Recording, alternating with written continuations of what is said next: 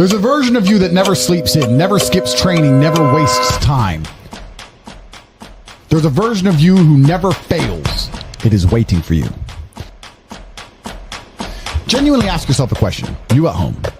If you had done those things for the last 2 years, you never skipped a training, you never wasted time, you never scrolled TikTok, you never sat aimlessly on the internet typing in garbage, you never played video games, you never wasted time. You never skipped training, you were training every single day. You never slept in, you were never lazy. There's this version of you. Imagine the person you would be.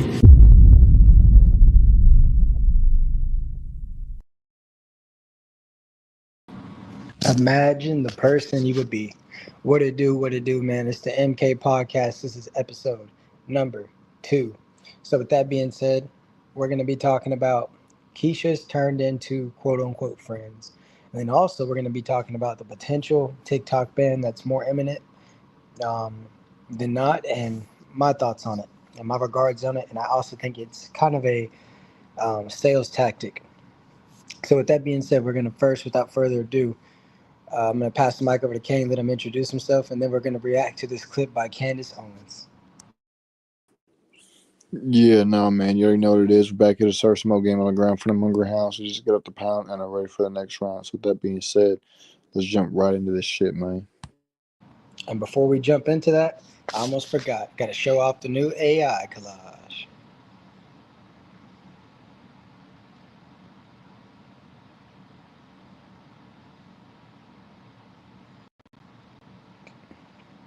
Pretty crazy, right? We're going to get better and better with this, man.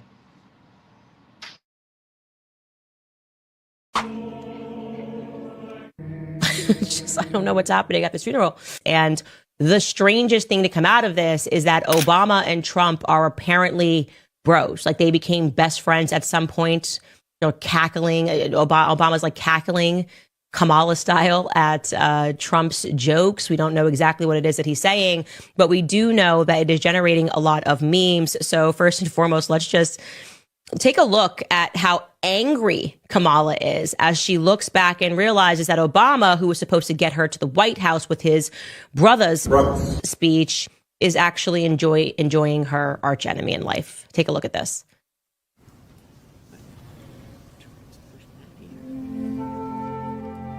This is what's weird. Sad music. And they're talking to each other. Look at her. She's so angry. She's so mad. She can't even hold it. That's what I like about her. She's super duper petty. And then you can see the entire time they're just speaking and they're laughing and they're enjoying each other. And so many people are asking online what's really going on given the election cycle that we just had. Here are some of their comments. Russ Walker writes, "Hey, Democrats, they lied to you. They didn't ever believe that he was, quote, orange Hitler. He was never, quote, a threat to democracy. At Jimmy Carter's funeral today, Obama seems to be enjoying his conversation with President Trump." That is very true. This next person, Johnny Maga, writes, "Obama in November. Trump is an existential threat to our democracy. Obama in January." And here he is just laughing and enjoying his company. They genuinely look like they're just friends. Clay Travis asks a question. Did Obama vote for Trump too? It's possible. It's definitely possible. Bow-tied Ranger says, "It's odd to see the guy who claimed Trump was a fascist rapist Hitler for 8 years sit next to him and laugh at his jokes during a funeral." And people are imagining what it is they're saying to each other. Now, I do want to say this. It is something that is a bit frustrating that they keep Americans at one another's throats, left versus right, with their rhetoric, right? When we are talking about having assassination attempts, the reason that this happens is because they are saying Trump is literally Adolf Hitler. Like, that's where we're at right now in election cycles. Like, we've gone the most extreme we could possibly go to. We were told that he is the second coming of Adolf Hitler. Now they say it's me. They've moved on from Trump. But the point is that what is the purpose of using that kind of rhetoric only to turn around? Would you sit down? Are we supposed to believe that everything in every movie that we've ever seen about Adolf Hitler is just false? And actually, it would be weird if he appeared and everyone who said those things and created those movies just became best friends with him. Because that's the signal that it sends, that you're saying these things to demonize someone and you don't believe those things. Yet you have so many followers and believers who actually do. So it is a little bizarre that they are enjoying each other's company so much, but Trump Trump is very warm with people. And what's also bizarre is that it seems that Obama prefers Trump to everybody else in the Democratic Party. So what are your thoughts on that, Kane? Honestly, this is one of them things that it's kind of goofy, but at the same time,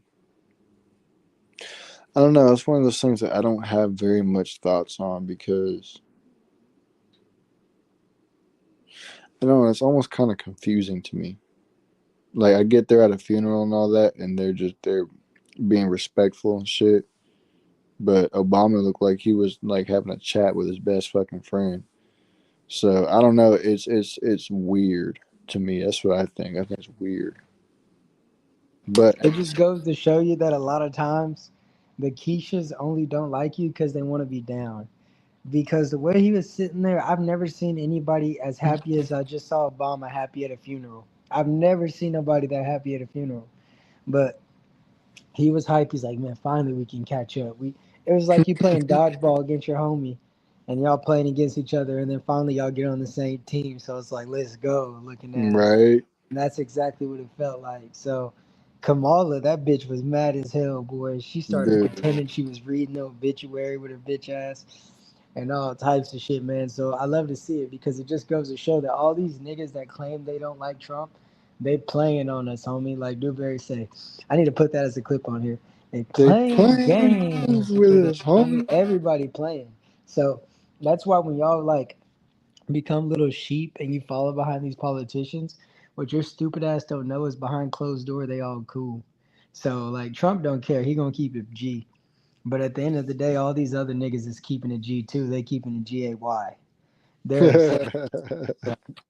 They're obsessed in their fans and Keishas. A lot of the times they hate on you is because they just know they can't be down. So since they can't be down, they want to take you down. Oh yeah, they want to be the one looking ass. They want to be the one. So with that being said, TikTok is scheduled to be finally taken out of America January 19th because the Chinese company won't sell to an American owner, and they're threatening to shut it down unless the Supreme Court strikes it down. Or, like I said, they sell the app. Do I think TikTok will go? No, I think it's here to stay. I think too many American companies um, benefit off of that, and it's good for our economy as far as entertainment business. But at the same time, it could go, and a lot of you will lose your lives. You'll have to start going back to McDonald's and making them fries. Like a lot of y'all rely on TikTok so much that if TikTok disappeared, you'd probably disappear tomorrow because all y'all do is doom scroll. All y'all do is waste time. All y'all do is like you're just consumers. You see, people who are producers, when one store closes, they just go sell their product at another. So that's what you'll have to understand is like, I'm on TikTok, I got a rather large following, but if it goes down tomorrow, okay, I enjoyed the journey. So that's why you can't get too attached to these social media apps. Once upon a time, MySpace was popping. Now MySpace is a dating app. So things change over time. What are your thoughts on the whole TikTok thing, and do you think it's a ploy as well to get them to sell? Which I think they're going to do. I don't think they're expecting that they're not going to sell, and I think China's trying to pretend that they're going to stand on business, but they know they need us. But what do you think on this whole situation regarding TikTok? I remember they were talking about banning TikTok before, and that shit didn't happen. Now they're talking about it again. Um, I think it would be kind of tough if it did get banned, because there's a lot of shit that gets on there that other platforms get censored about. But at the end of the day, if it does, it is what it is. There's not much you can do about it. So I'm just thinking, imagine everybody doing those stupid ass fucking